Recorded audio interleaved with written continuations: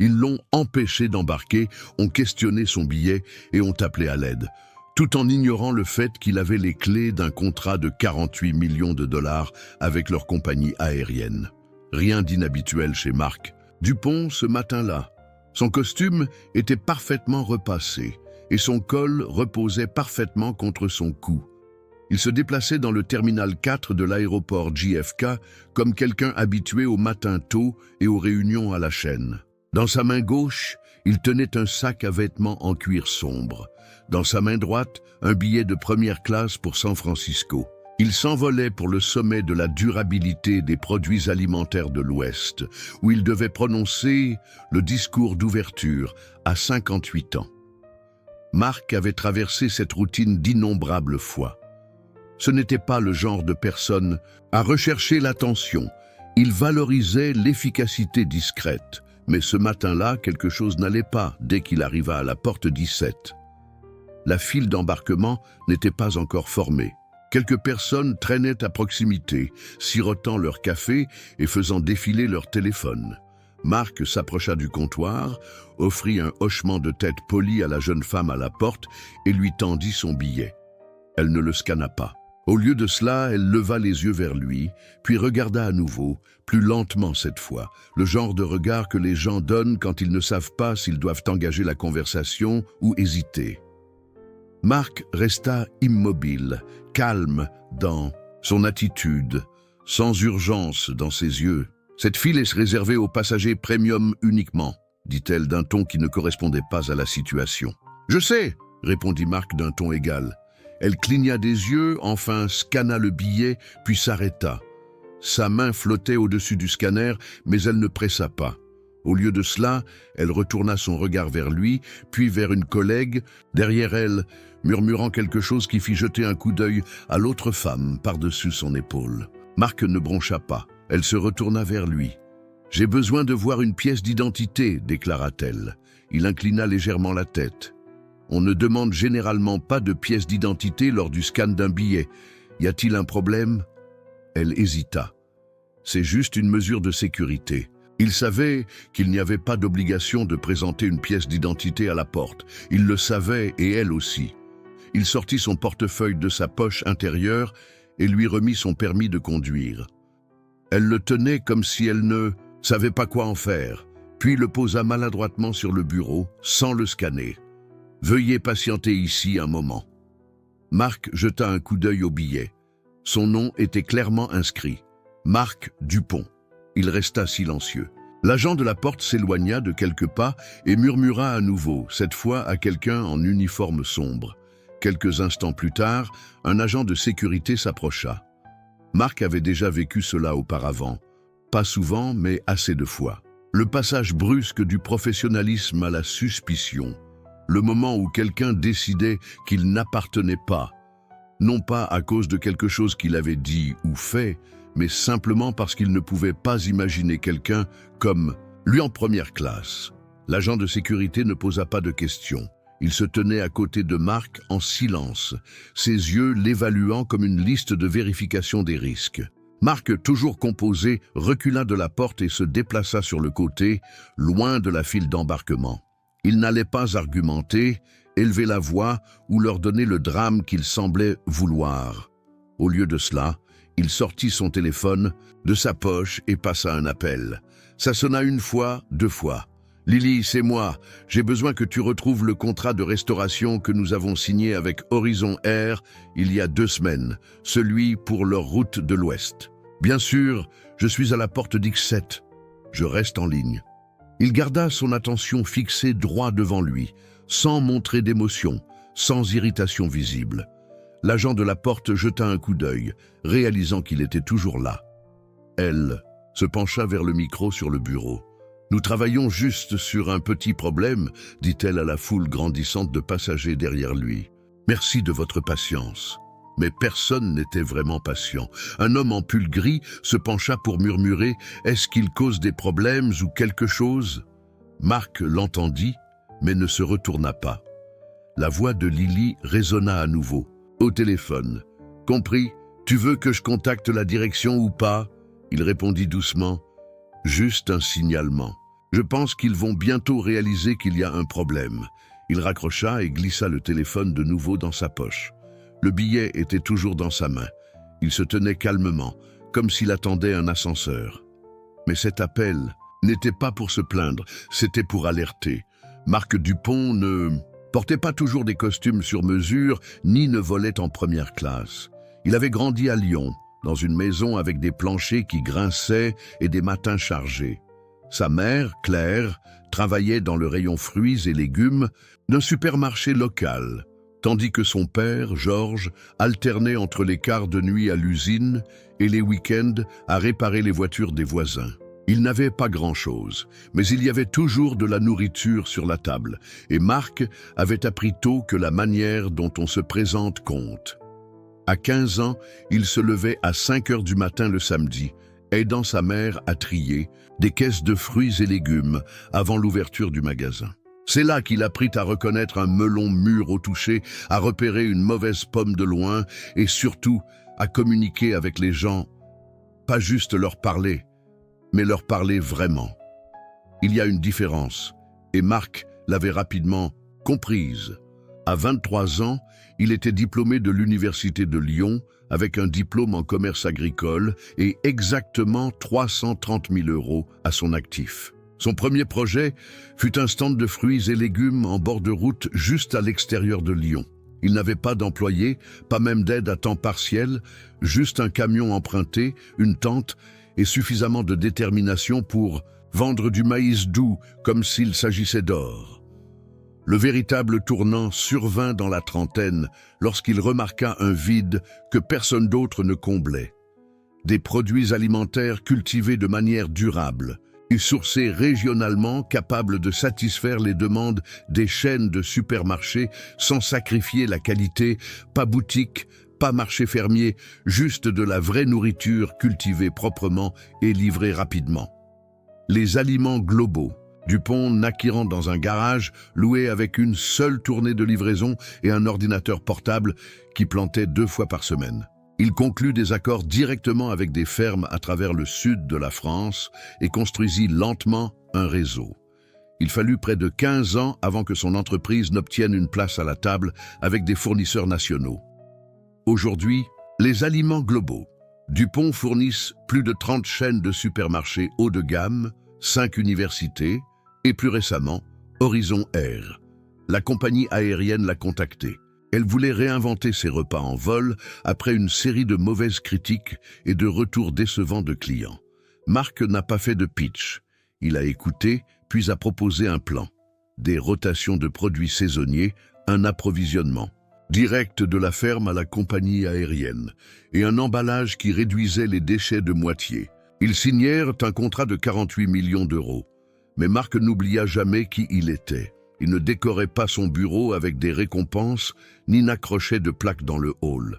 Si vous entriez dans son bâtiment à Lyon, vous verriez des photos encadrées de son stand de fruits et légumes original et un mur recouvert de notes de remerciements de fermiers. Son assistante, Lily, gérait la logistique.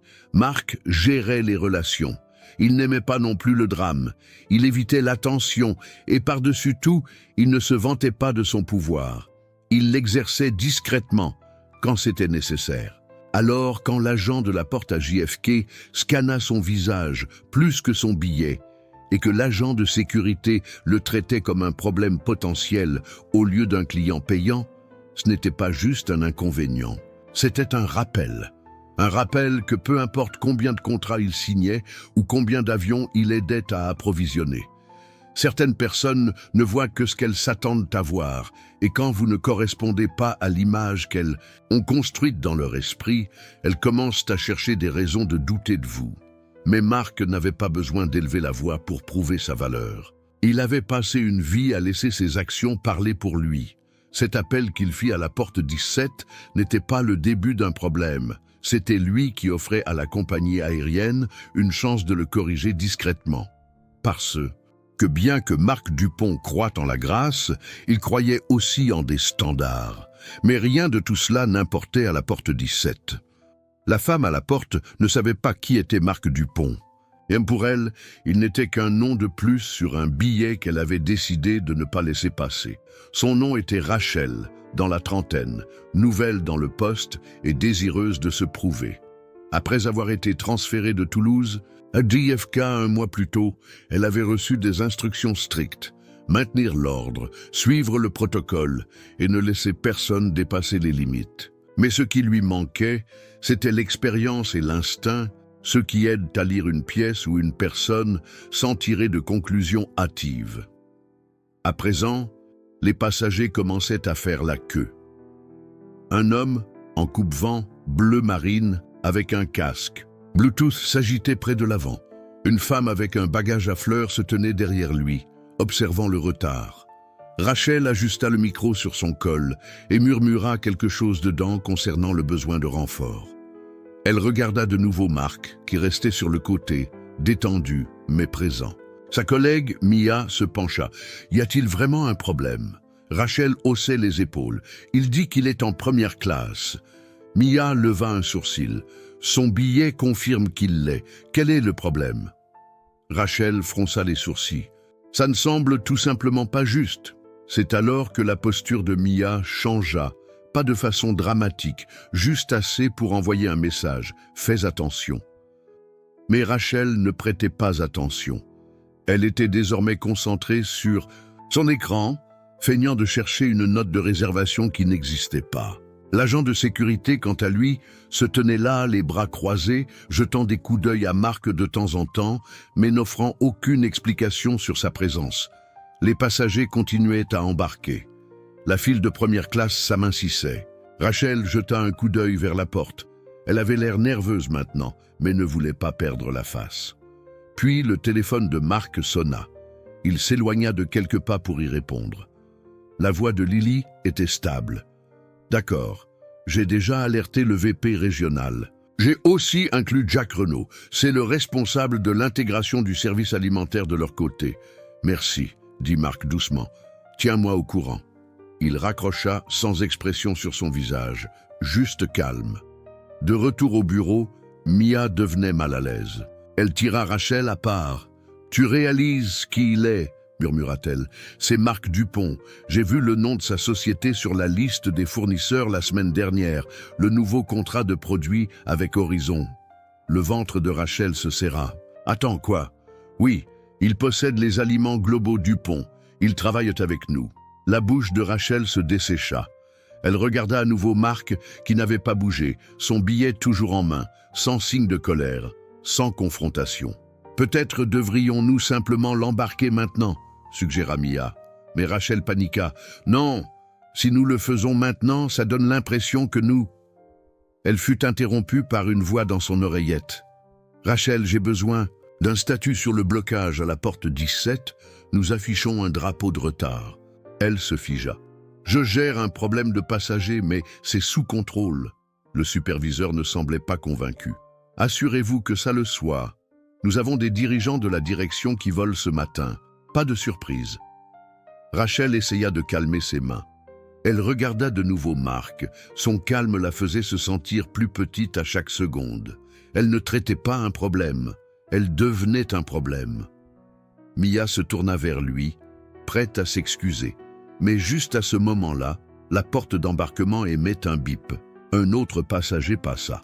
Un homme en kakis jeta un regard en arrière et dit « Que se passe-t-il avec le retard ?» Rachel ne répondit pas. Sa voix avait disparu. Puis Marc fit un pas lent en avant, non pas vers le bureau, mais vers le mur de verre surplombant la piste. Il se tenait là, les mains croisées derrière son dos, regardant une ligne de chariots à bagages passés. Il n'était pas pressé, il n'était pas anxieux, il regardait le temps travailler en sa faveur. Rachel voyait le temps s'écouler, mais les personnes en charge étaient déjà en route.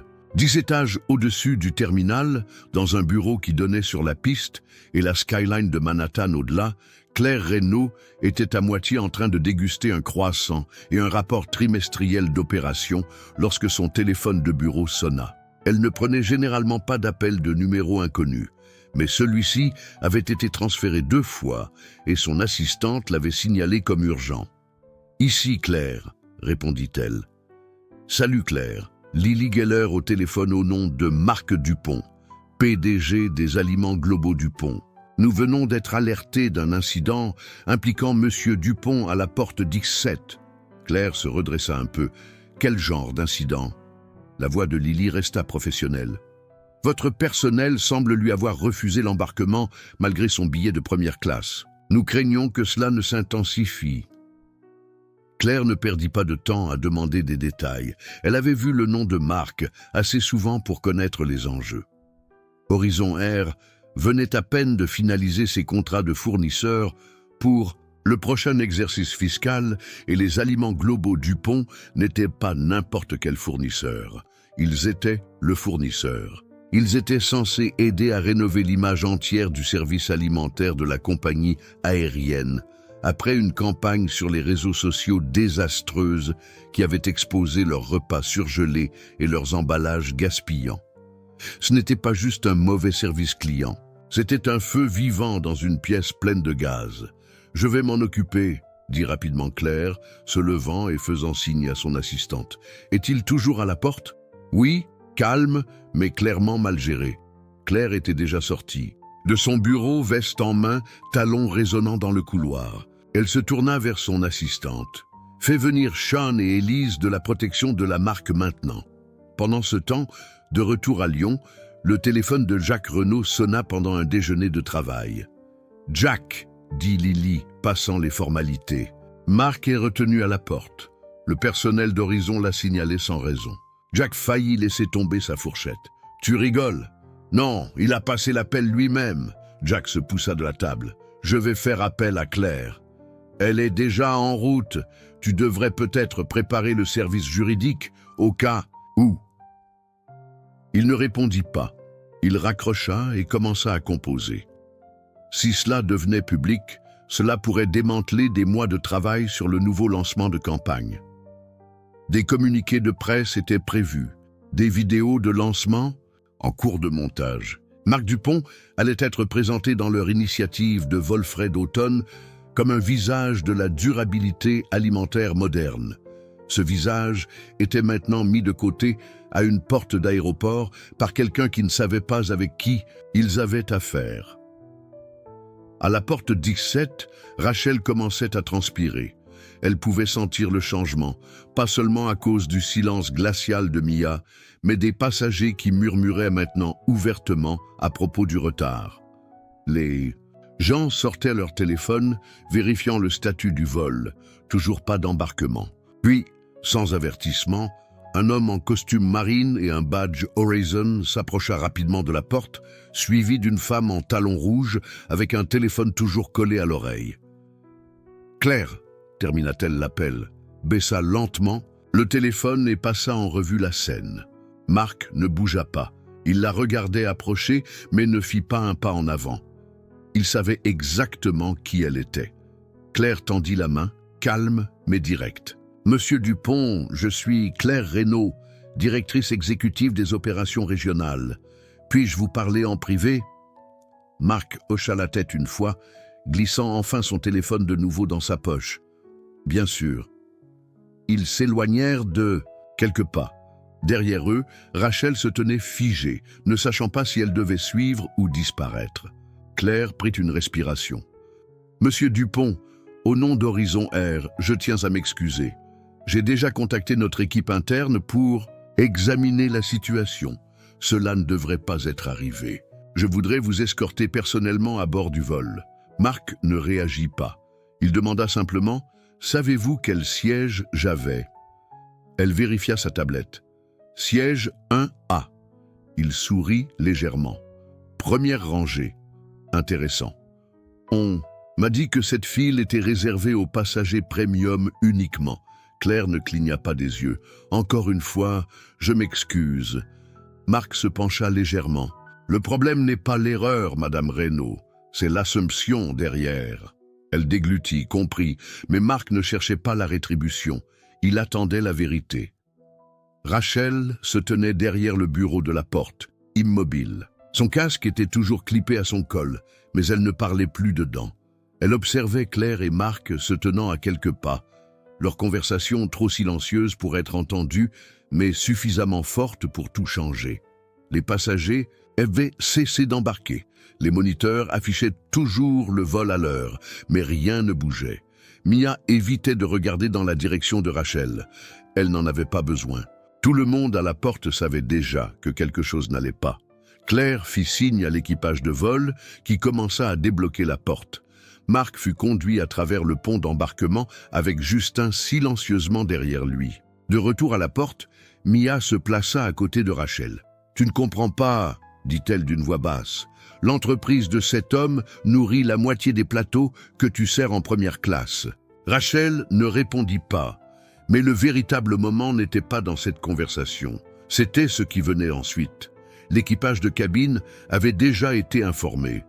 Alors que Marc montait à bord de l'avion, il n'était pas accueilli par le sourire robotique habituel, mais par un niveau d'attention qui ressemblait davantage à une excuse silencieuse. Une membre d'équipage nommée Jordan se proposa de prendre son sac à vêtements, et une autre lui apporta immédiatement une bouteille d'eau sans demander. « Monsieur Dupont, si vous avez besoin de quelque chose avant le décollage, » dit Jordan, presque à voix basse, « faites-le moi savoir. » Marc ne réagit pas beaucoup, il n'était pas intéressé par les gestes. Il prit place à son siège en 1A, posa l'eau sans la toucher et expira par le nez. Pas de soulagement, juste un souffle. Contrôlé et mesuré. À l'extérieur, quelque chose d'étrange se produisait. Le terminal était devenu une lenteur. Les passagers vérifiaient désormais les panneaux plus souvent. D'abord, le statut de la porte 17 passa de l'embarquement au retard. Puis dans les 10 minutes suivantes, 2 autres portes à proximité changèrent également pour le même statut. Un homme en blazer gris tapa sur le bureau à la porte 18, seulement pour se voir dire qu'il subissait une révision interne. Des systèmes. Ce n'était pas juste le vol de Marc. À travers le hall, 3 autres départs Horizon Air étaient retardés. Pas de raison spécifique, juste un langage vague, blocage opérationnel, traitement technique, coordination d'équipage. En vérité, la direction avait ordonné un arrêt discret, une pause tranquille. Claire Reynaud, après avoir escorté Marc à bord, était entrée directement dans une salle de réunion sécurisée derrière le terminal. Elle était maintenant au téléphone avec le service juridique, les ressources humaines et la gestion de crise. La directive était claire. Avant que cet incident ne déborde dans le public, tout devait être évalué. Journaux de porte, notes du personnel, communications internes. Chaque employé ayant eu un contact direct avec Marc ce matin-là était tiré de côté. Personne n'oserait le dire à haute voix, mais l'avion n'irait nulle part tant que l'entreprise ne savait pas exactement jusqu'où pourraient s'étendre les dégâts. De retour à bord, Marc était assis, les yeux fermés. Il n'était pas en colère, il n'était pas fluster. Mais son calme n'était pas de la sérénité, c'était de l'expérience. Celle qui vient de décennies à devoir prétendre que les choses ne piquent pas simplement parce que vous y êtes habitué. Il pensa à son père, Georges, qui avait été renvoyé d'un concessionnaire automobile parce que le directeur avait dit qu'il ne semblait pas pouvoir se le permettre. Il pensa à sa première réunion d'investissement à Lyon, où quelqu'un l'avait pris pour le voiturier. Et il pensa à comment, après tout ce temps, cela continuait à se produire juste à une altitude plus élevée. Jordan revint. « Monsieur Dupont, dit-il doucement, on nous a demandé de retarder le départ brièvement. Il travaille sur quelque chose avec l'équipe du terminal. Nous vous tiendrons informés. » Marc hocha une fois la tête.